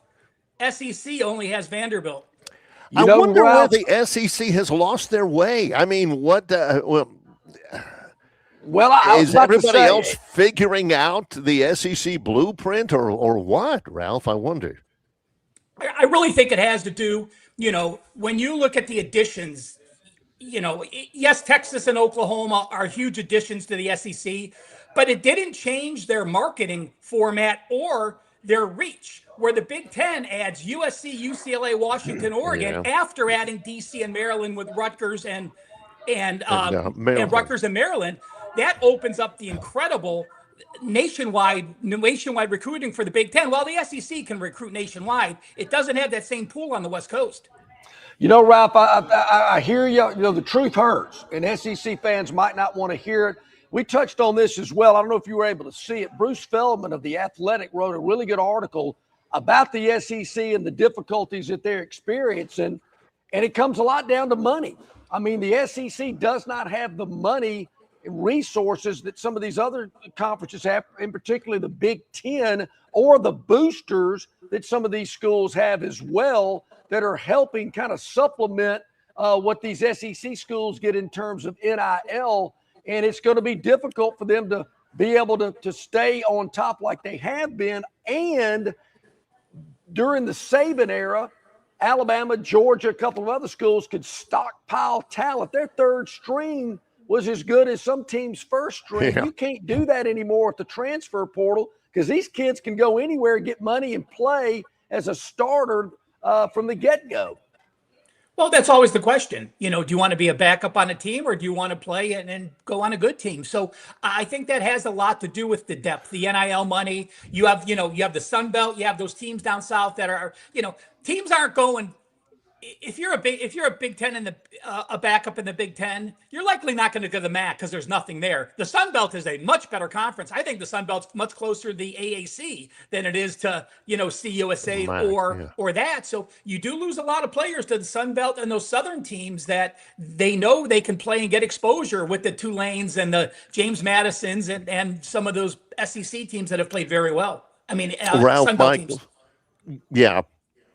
Ralph Michaels, Wager Talk in the Gold Sheet. We always respect your ability to really dissect the factors in any game, in any line that really play into it. This is what John and I both basically agreed with last night when Miami scores a late touchdown on that long drive to hold off Ole Miss 31-27. And John brought it up, and I agreed with it. In that game, Ralph, Miami ran 88 plays. Ole Miss could not get them off the field. They ran 28 more plays than Ole Miss did. It's that residual effect of being on the field so much defensively. I thought Ole Miss was really flagging at the very end. Do you look at those types of numbers whenever you're looking at somebody, time of possession, plays run and things like that? Is that a valid statistic to help you arrive at some of the conclusions you arrive at? Oh, it is. And let's remember this, pace of play. When people look at tempo, they often talk about offensive tempo. I want to bet the over on a good team or an under on a bad team. But when a defense is on the field for 80 plus plays and this kind of pressure this late in the year, it is significant. We talked about Georgia and Ohio State slowing the tempo down so much in the regular season to get fewer snaps for their defense. Well, Ole Miss under Kiffin, even though they ran the ball more, they were very up tempo, which meant their defense was on the field more. And it may not seem that big of a deal. Let's remember, last week Miami played the day before, so they have a day rest more. And for the national championship, they also have an extra day and don't have to travel with the game in Miami. So just a point looking ahead as well that, those little edges are significant when you're playing 17 games in a season. Ralph, what about tonight's game? Even though last night was exciting, man, it was down to the wire, nail biter. Going to probably be a little discussion about pulling on those shoulder pads of that Ole Miss receiver. But, hey, it's over. It's in the books. Let's look to tonight. What are your thoughts? Well, I'm going to embarrassingly say I fell asleep last night, so I didn't see I'm too old to stay up. I want him to start at 5 o'clock. I'm getting that way too, Ralph. There's nothing better than Vegas and the West Coast time zone if you get up early in the morning to be watching Monday Night Football at 5 o'clock. Now, full disclosure, granted, we're a day late and $1 short, so what I'm sharing isn't going to help many people. But when I looked at both of these playoff games, in the end of the regular season, I had Ole Miss as a 1-point favorite, and I had Oregon, Indiana pick. What happened? Miami looks so good. Indiana looks so good. We actually have a rare public perception moving the college football line to an inflated line. Now, last night it didn't matter, but here's what I did. I did a 6.5-point teaser, taking Ole Miss plus 10 and Oregon plus 10. So that first half is alive. I'm looking to the second half just to keep it close, and I think Oregon will. And people say, well, look, Indiana was an underdog and they beat Oregon by 10. But remember back to that game, it was raining and it was windy, and the speed of Oregon was negated, where Indiana is bigger in the trenches, much more physical. The weather played perfectly for that game. So I think Oregon keeps it close, even if it's a backdoor touchdown. So I'm alive on my teaser, and we'll see what happens. Yeah, it's pristine conditions in Atlanta tonight. That's a major factor as well. Huge NFL wild card weekend as well. Saturday, Sunday, and Monday. Is there a game or two that stand out of all that are going to be played? Yeah, let me just give you a couple quick points of data. In the wild card round since 2021, home teams are 16-8, 67%. So that's something to keep an eye on. Home favorites of 8.5 or more are actually 7-2. Home dogs, 3 home dogs, that's a rarity. We've only had 6 home dogs since 2021. They're 5-1 against the spread. And how about this? You may say, oh my God, the Rams are one of the best teams. Carolina's one of the worst teams. They're a 10-point home dog. Teams that have had a losing record or been 500 in the wild card round are actually 8-2, 80% against the spread. And you may say this, Carolina was a 10-point underdog in LA and beat them a couple months ago. And you could say that's revenge, but can you really add extra revenge on a playoff game, on a wild card game when you're on the road? I think it gives Carolina confidence. I lean Carolina. I like Chicago. Yes, Love is back-to-back games. Only 2 teams have ever lost 4 straight games going into the playoffs. Both of those 0-2 straight up in ATS. Jacksonville, Buffalo, the best game. I'm actually rooting for Jacksonville just because the new guy on the job. Yeah. Herbert, again, it's so tough. 0-2 in the playoffs, threw 4 picks last year against Houston. He has just been mauled. He has been hit 129 times with 54 sacks. I think New England gets that done. I lean San Fran. And Pittsburgh-Houston really up in the air for me, the Monday night game. I really like the way Stroud played and the Houston defense. Yeah. But you do have some quarterback that's pretty experienced over there. He is 6-3-1 as a dog, but he's basically 50-50 as a playoff. But you do have 21 or 22 starts versus Stroud making his 3rd start. Still lean Houston a little bit in that game.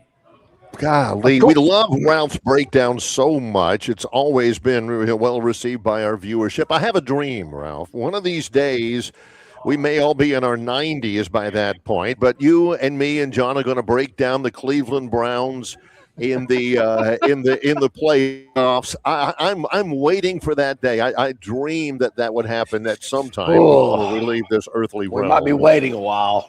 Well, you know what? It's sad to think that a 60-year-old man can get emotional, but I can remember I was living in Vegas and my son came to visit me on Father's Day, and that was the Cavs comeback against Golden State for the first ever championship in Cleveland, except for the Browns when I wasn't alive and it wasn't the Super Bowl. And I actually had tears in my eyes because I used to be a Cavs season ticket holder. And I'll tell you what, I was at the Drive, I was at the Fumble, I was at Red Right 88 with Brian Sipe against the Raiders back in the 80s. It was like -5 degrees, and we lose on that pick in the end zone. And then the next week, the Raiders crush Philly, which the Browns would have beaten Philly that way as well. So a lot of emotions being a Cleveland sports fan your entire life. A note to self, never mention John Elway, never mention Ernest Biner around Ralph. Made the trip to Denver for the fumble after the Drive killed us the year before. Oh, man. You have had so some anyway, heartache. next Monday, I'm going to be a little high because my power ratings still don't like Miami as much. I make Oregon 2.5. I make Indiana 4.5 against Miami, even though Miami's at home. I think the game likely comes closer to pick, so I will likely be on the Big Ten team. But just throwing that out for you, we'll see what happens. Remember, if you visit the Wager Talk Live odds feed, as soon as tonight's game goes final, you will see every casino start loading up the line. So if you want to catch it immediately tonight, be one of the first to tweet it out. Take a look and tweet out what the lines are going to be for the championship game. Excellent. Love it. Yes. Hey, Ralph, as always, we greatly appreciate your time. Great information and insight. Before we let you go, let our viewers and listeners know how they can get more information, get more involved with what you do there at Wager Talk and the Gold Sheet. Well, football's winding down, but a lot of hoops. I did an NFL TNA video that's trends and angles for a lot of these trends that we talked about. Make sure you check that out on Wager Talk TV. Follow me on X or Twitter at CalSportsLV. Visit the free Wager Talk odds page. Just go to Wager Talk. You'll see the free odds page and my homepage, wt.buzz/RM. We got you covered. Always appreciate you, Ralph. Have a great day. Talk to you soon. Thanks, guys. Thank you. Michaels. Ralph Michaels, Wager Talk Gold Sheet. Great insight. So he likes the Jags, Barry. I know that you had to like hearing that. Yeah, they're on a heater. They've won 8 straight. Bill's a favorite, but there's some streaks there. I'm assuming, Barry, they're going to take the tarps off the upper deck there in Jacksonville Sunday. I thought those were permanent. I don't know, because you got to take the tarps off anyway, because they're going to, they're building a new stadium and all that kind of stuff. Are tarps kind of like a curtain? Yes. They are there to cover seats that are not used. For anybody who is less than 45 years old, John's reference about the curtain was 30 years ago, 35 years ago, Beard Eves Coliseum, they had a curtain in the upper. Beard Eves once seated 12,500 for some reason. Put a curtain up, they held 7,000. Is that And my first or second obscure Auburn reference today? I had 5, but I could be wrong, something like that. Well, I like the Jags. Don't anybody be texting me on Sunday at noon, because I will be sprinting in from we have church at 10 in the morning, so I usually never have a problem. You should be through by then. We go eat a nice Sunday lunch. I got to catch up with my wife a little bit, whose birthday is on Sunday too. So, so we've got to celebrate that. But I'm going to be sitting in front of the TV for Bills Jags on CBS Sunday. The one bad thing about when we get to the playoffs, Barry, I can't go quad box. I can't go red zone. I got to watch one game. And it's kind of like, trying to quit smoking. Wait a minute. I've been watching quad box and red zone for the last 17 weeks. Yeah. Now I got to focus my attention on one game. It's like when you get a rental car and you're like, wait a minute, where's the cruise control on this thing? Golly, what does this do? What is that? But they got to let me down easy. It's just like, woof, cold turkey. Sheesh. Yeah. And why is it cold turkey? What is cold turkey? Well, why is it not room temperature turkey? Why is it not cold chicken? It's a good question. And I got quit smoking cold turkey. Really? Huh. Turkeys don't smoke. Well, you can smoke a turkey, but turkeys can't. Anyway, when we come back, it's the Gurn Jr. Victoryland 777 topic wheel to close out a week's worth of exemplary programming. The award-winning Longshore McKnight in association with Yellowhammer News, presented by Bud Light. You're not buying sticks, stems, and pine cones. You're buying premium long-diddle pine straw from River Region Straw. Kenny and his staff have access to the best pine straw in the River Region, full of color that will last all season long. Kenny has locations in Montgomery, Prattville, and Auburn, and no order is too big or too small, from a few bales to an 18-wheeler trailer load. Pickup is available, or your order can be delivered. They can even spread your pine straw if you like. So call or text Kenny today, 669-5959. That's 669-5959 for all of your pine straw needs. It doesn't matter if you're running drills at the park, playing pickup on a Saturday, or sinking the final putt. When you compete with your friends with Michelob Ultra on the line, competition isn't that friendly. The trash talk, next level. And the stakes, those are crystal clear. With only 95 calories and superior smooth taste, it's the ultimate trophy. Superior is worth playing for. Michelob Ultra, superior light beer. Enjoy responsibly. Copyright 2025, Anheuser-Busch Michelob Ultra Light Beer, St. Louis, Missouri. Don't miss your chance to win big at Victoryland Casino. Play the latest, hottest, most exciting games around with fun bonuses and big jackpots. Don't miss out on your free play. Stop by Player Rewards today and check out this month's exciting free play promotions. Come see why our players keep coming back. You'll have more fun at Victoryland Casino, where you can be a winner too. Victoryland Casino, located off I-85 exit 22, Shorter, Alabama. Must be 21 or older. Okay, it is time for the Victoryland 777 topic wheel. Gurn Jr. puts this together. We have not seen these topics. We don't know what they're about. Seeing them for the first time, just as you are. It is a plethora, a cavalcade of topics. It could be anything. So we got to be on our toes here. And it has been anything before. Bear in a pool, stuff like that. We got 6. It's all brought to you by Victoryland 777 Casino, exit 22 off I-85 in Shorter, Alabama, where you can be a winner too. Here we go. Let's do it. Spin away. John loves the colors. The wheel is very lubed up today, I see. Easy now. 500 Club? 500 Club. Is this Pat Roberts? No, this is 700 Club. Oh, more NHL. Oh, yeah. Can you squeeze the frame right there? One thing, who is Tim Horton? I see that ad all the time in NHL. Tim Horton is like Bob Evans, or it's like, what can I think? It's like a Denny's. Like a or restaurant. Something like that. Yeah. There used to be an Auburn assistant coach named Tim Horton. Patrick Kane, very good player, plays for the Red Wings. Patrick Kane at Little Caesars Arena, which is in Detroit. He has 500 career goals. The 5th American to ever score 500 goals in the NHL. He's been good for a long time. I didn't realize he was that old. What's interesting about the list is John has not heard of a single one of them. No, Mike Madonna, Keith Kachuk, Jeremy Roenick, Joe Mullen. Jeremy Roenick used to be big on the Romy show. That's the only chance that John may have ever I do recognize that him. name. Yeah, from the Rome show. You're right. I do remember that. Joe Mullen. So those are the only Americans who was the guy that played Boom Boom Jeffrey On? Didn't he play for the Flames? He coached the Flames. Yeah, see? Boom. Bernie Boom Boom Jeffrey On. That's John's go-to. And somebody says, John, you don't know anything about hockey. He said, I may not, but I know Bernie Boom Boom Jeffrey On and the Hanson brothers, if you want to go real deep in there. Does Atlanta have an NHL team anymore? They do not. I didn't think so. They had the Flames. They went to Calgary. They had the Thrashers. I forgot where the Thrashers went. I think they went to Winnipeg or something like that. They're a soccer town, I see. Not a Atlanta United. Yes. Yeah, World Cup. Yeah. Okay.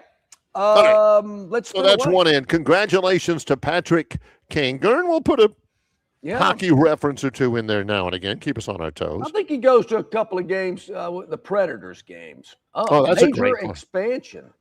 Major expansion. Major expansion. The PGA, the Player Equity Program. Are they going to have? What is this? Kind of sounds like something to combat the Live Tour. Which, by the way, who was it? Golly, was it? Who's the golfer who's leaving the Live Tour and coming back? Is it? Oh my gosh, I'm drawing a blank. Guys, can you come back? I don't know. I'm drawing a blank. And now you want to come back. Yeah. Well, I think you'll probably see some more of that too, actually. Yeah, the Live Tour is not going anywhere. What it does is it kind of, this is it. It's a first of its kind, an important element, the for-profit entity, the tour assets. The players, the top 50 players, they kind of are shareholders, for lack of a better word, in the PGA Tour. And I think it is directly a result of the Live Tour. Sure, you win your prize money when you do well in a tournament, but you also are kind of like a business partner with everything the PGA Tour does, all of their investments, all of their, their media rights and all that kind of stuff, if you're one of the top 50. So I'm glad to see that. I think you'll see more of that happen as well. I have 4 more to go. I do think you'll see more and more players return from the Live Tour because it just is not doing what all those Arabs thought it was going to do. It didn't take long. For the Aub reference? Yeah. Oh, okay, yeah. What took so long? Geez. Yeah. Couple of firings caught me by surprise. Mike McDaniel, who's a weird duck. He's a strange dude. Head coach of the Miami Dolphins until yesterday. He just doesn't look like a football coach. Jim Harbaugh, leaves. He got fired by the Ravens, which is a shocker. The Lions immediately, like that day when the word came out that Mike McDaniel was fired. Dan Campbell called him up, says, hey, you can be the offense coordinator right now. Now they're talking about, of course, the Lions are in the playoffs. Are they in the playoffs? I don't know if they're in the playoffs. Coach Capri Pants. Yeah, he can do it. He can be there. He might not get any head coaching job offers for a while because all he cares about is offense. But yeah, he ain't going to be on the shelf for long. And meanwhile, John Harbaugh,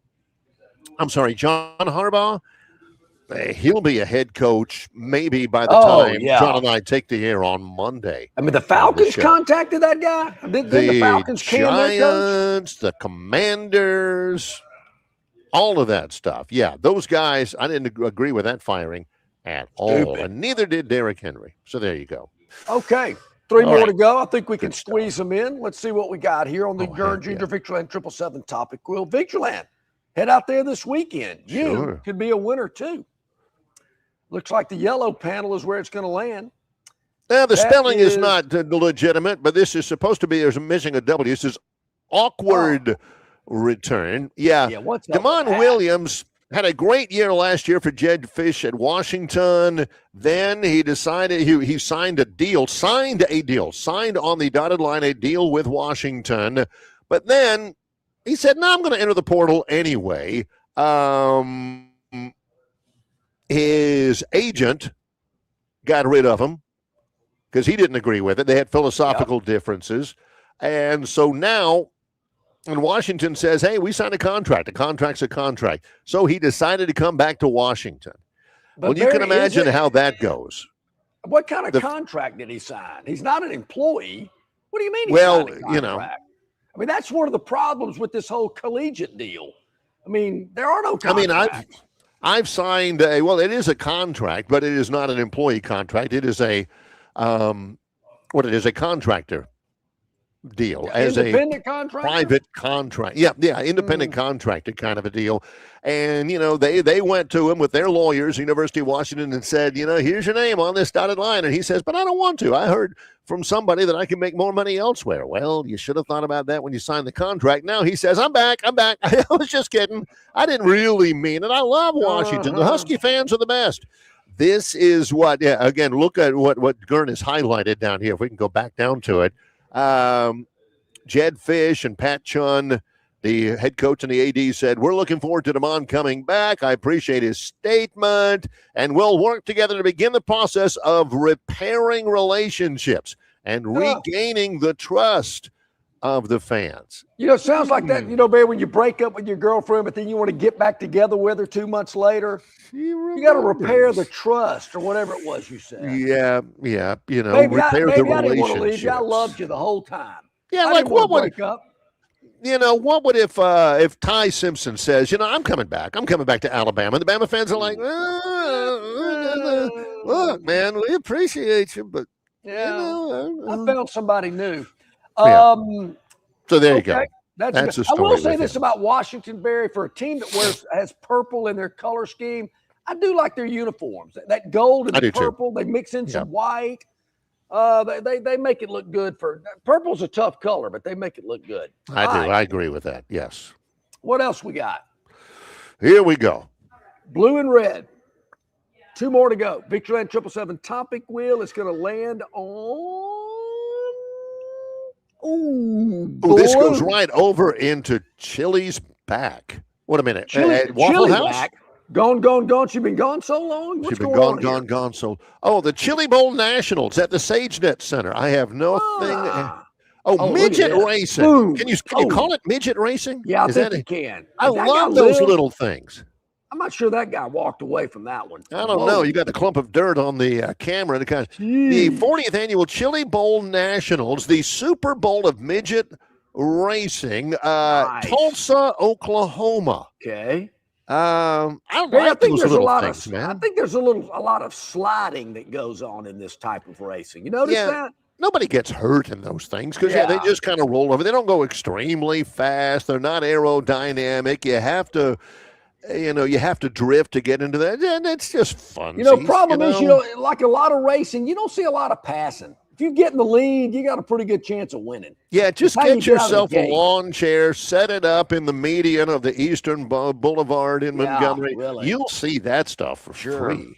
Yeah, and a little bit more aggressive, too. All right, one more. And people running red lights as well. What's going on, folks? Red means stop. Okay, people think you're being soft if you stop within 5 seconds after the red light turns. Hell, I stop when it turns yellow. You kidding me? Does that sound old? Yeah. No, I mean that's how society is supposed to work. Third youngest. Third youngest. This is how John refers to his children. Number 3 child, number 5 child. Number 3 is about to have a birthday. Yep. Anthony Edwards, big Ant for the Timberwolves. Yep. Third youngest player in NBA history. Hold up right there. I was about to say. I was going to guess. 10,000 career points at 24. Only LeBron James and Kevin Durant did it quicker. The only other ones who did it before they were 25, Kobe Bryant, Luka Doncic, Tracy McGrady, and Carmelo Anthony. I think Tracy McGrady didn't get enough credit for being a great player. John remembers the nickel. Just thinking about him, the nickel. I mean, because they were the same player, Tracy McGrady and Penny Hardaway, kind of the same guy. Nobody ever talks much about McGrady. I loved that guy. The nickel. That's the second Rome reference we've had today. The nickel. Yeah, he called him that man's impact on our business will always. All right, Barry, I'm wrapping things up here from Stivers CDJR in Prattville. The 26s are rolling in.